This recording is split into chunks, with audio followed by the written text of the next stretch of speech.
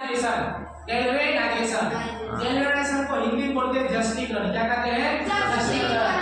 The process of depositing a thin और coating of zinc metal on iron object. इसका मतलब हुआ जब हम लोहे की वस्तुओं के ऊपर जिंक की पतली परत या लेप चढ़ा के कोटिंग करते हैं तब उसके ऊपर क्या होता है? जस्टीकरण उसके ऊपर।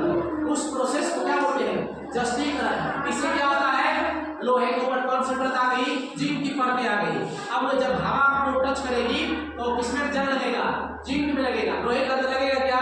नहीं लगेगा। तो लोहे की आयु क्या होती है? बढ़ जाती है। वो भी एक तरीके से जंग रोकने की क्या है? उपाय है। तो गैल्वेनाइजेशन समझ में आया क्या? जस्टीकरण समझ में आया? जब the process of depositing a thin और कोटिंग ऑफ जिंक। अब इसमें क्या होता है? इसमें क्या होता है? जिंक के क्या होते हैं? जिंक धातु को हम लोग गला देते हैं। क्या करते हैं? गलाते हैं। उसको पिघला के मेल्टिंग करके और उसमें लोहे के रड को या जिसमें हम चढ़ाते हैं, यानी इसमें खास करके लोहे की परत होती है, उसमें डुबा देते हैं। डुबाने के बाद जब निकालते हैं तो उसको क्या चढ़ जाता है? क्या चढ़ जाता है? जिंक। क्या चढ़ जाता है? जिंक। और वो जिंक हमें नमी, वायु और पानी से बचाता है। किसको? लोहे के रड को। ठीक। अब चलिए कोई लिखा हुआ है यहाँ पे This is because zinc metal remain unaffected by air and moisture। ऐसे करने से वो जिंक क्या करती है?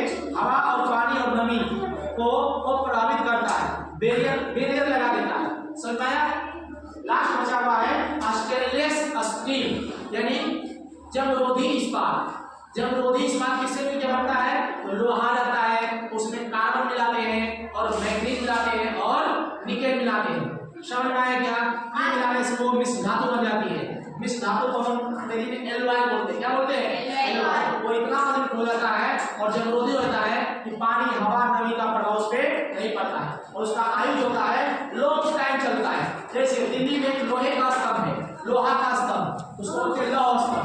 2500 साल से ऊपर हो चुका है, अभी जो के तो बना हुआ है इसे। क्यों? क्यों? वो मिश्र धातु का बना हुआ। मिश्र धातु का जो आयु होता है लॉन्ग टाइम तक चलती है, लॉन्ग टाइम तक चलती है। समझ में आया? हाँ, यस सर। हम नेक्स्ट क्लास में